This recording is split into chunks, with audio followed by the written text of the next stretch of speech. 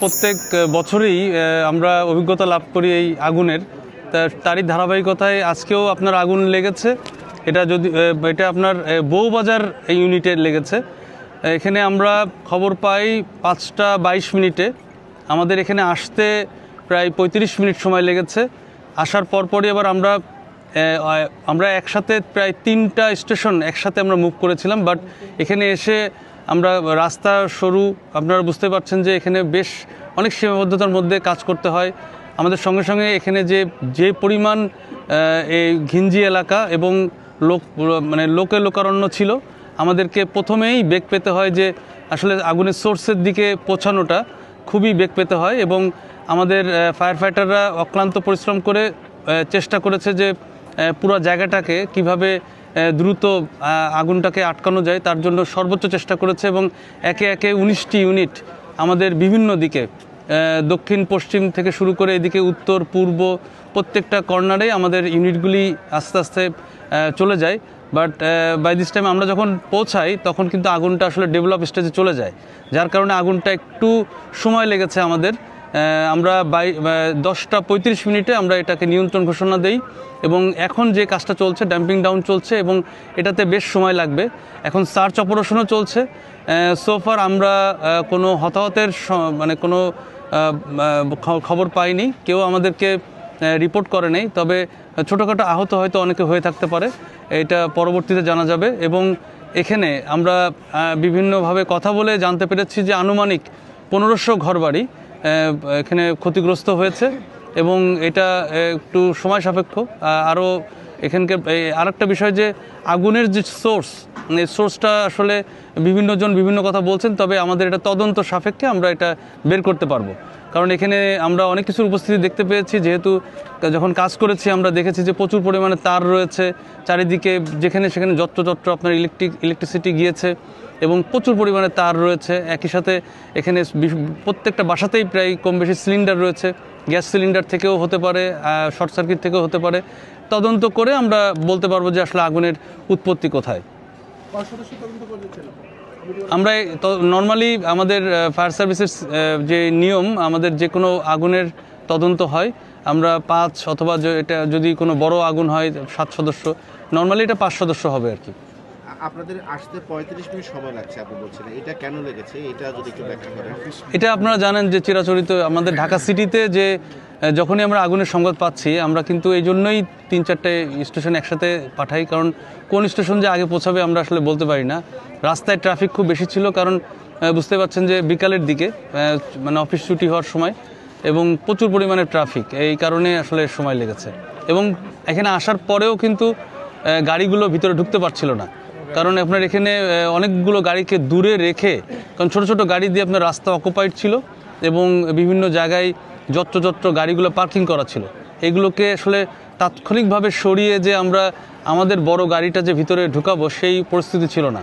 এই জন্য আমাদের অনেক দূর থেকে আমাদের লাইনগুলোকে আনতে হয়েছে এবং ফায়ারের স্পটে আমাদেরকে এটা কাজ করতে হয়েছে। আর পানির উৎস কি ছিল? এটা আসলে ক্ষয়ক্ষতিটা আমাদের টোটালি তদন্তের উপরে নির্ভর করছে, কারণ এখানে আমাদের এখনও তো সার্চ অপারেশন চলছে। সার্চ অপারেশনের পরে এত ছোটোখাটো ক্ষয়ক্ষতি আরও পাওয়া যাবে। সুতরাং ক্ষয়ক্ষতির এক্স্যাক্ট অ্যামাউন্ট কত টাকা হতে পারে, কি পরিমাণ জিনিসপত্র, এগুলো আসলে তদন্তের পরে জানা যাবে। প্রতি বছরই তো অগ্নিকাণ্ডের ঘটনা ঘটে, আপনারা কেন সচেতনতা সৃষ্টিতে কোনো কাজ করেন কিনা?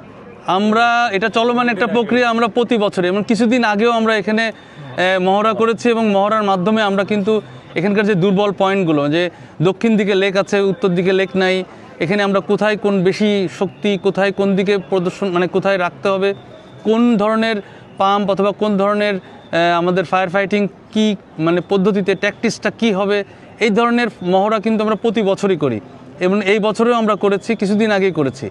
যার কারণে হয়তো আমরা দ্রুত এই কাজটা করতে পেরেছি। আদারওয়াইজ এই যে একটা বস্তির যে আমাদের যে এই এলাকা, এই যে সংকীর্ণ এলাকা এবং প্রতিটা জায়গায় রাস্তা খুবই সরু, একদিক থেকে বের হলে আরেক দিকে আপনি হয়তো হারিয়েও যেতে পারেন। এখন এরকম একটা সীমাবদ্ধতার মধ্যে দিয়ে কাজ করাটা আসলে খুব টাফ। যদি আমরা নিজেরা প্র্যাকটিস না করতাম তাহলে হয়তো এটা আরও 2-3 ঘন্টা বেশি সময় লাগতো।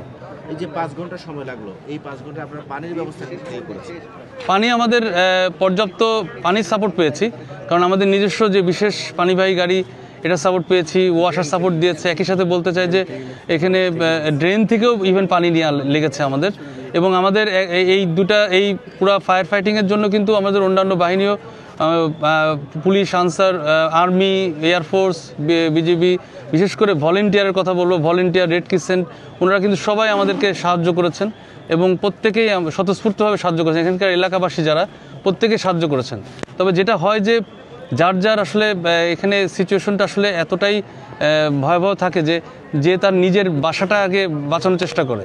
এখানে হয়তো কিছু মানে অপ্রীতিকর ঘটনা ঘটে, যে ব্রাঞ্চ পাইপ নিয়ে টানাটানি হয় একটু, অথবা ব্রাঞ্চ পাইপ কেটে ফেলতেছে, তার নিজের বাসার দিকে পানিটা নিয়ে যাচ্ছে। এটা স্বাভাবিক, এরকম দুর্ঘটনা কিছু ঘটে, যার কারণে আমাদের একটু বেগ পেতে হয়। কারণ আমাদের যে স্বাভাবিক যে গতিতে যে ফায়ার সার্ভিস, ফায়ার ফাইটাররা কাজ করে, সেখানে আপনার এইগুলো একটু ব্যাঘাত ঘটে। আর বাঁশ আর কাঠের হওয়ার কারণে কি এটা আগুনটা তাড়াতাড়ি ছড়িয়েছে?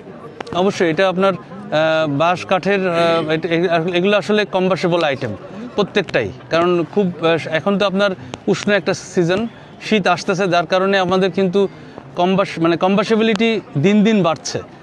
মানে আরও আপনার আগামী 2 মাস এটা কিন্তু আমরা আগুনের সিজন বলি আমাদের ভাষায়। কারণ হচ্ছে এখন প্রত্যেকটা পদার্থই আপনার হচ্ছে তার ময়েশ্চারটা ছেড়ে দিচ্ছে, এবং সে কিন্তু আরও মানে একটা সাধারণ কম্বাসেবল থেকে একটু বেশি কম্বাসেবল রেটটা তার হাই হচ্ছে, মানে ফায়ার লোডটা বেড়ে যাচ্ছে আমাদের, যার কারণে যে কোনো জায়গায় আগুনের ঘটনাটা আমরা অন্য সিজনের তুলনায় এই সিজনে একটু বেশি পেয়ে থাকি। আচ্ছা, একটা প্রশ্ন, সেটা হচ্ছে স্থানীয়রা বলছিল, এবং আপনারা যেমনটি বলেছেন যে আপনাদের আগুন নিয়ন্ত্রণে আনতে 5 ঘন্টা সময় লেগেছে।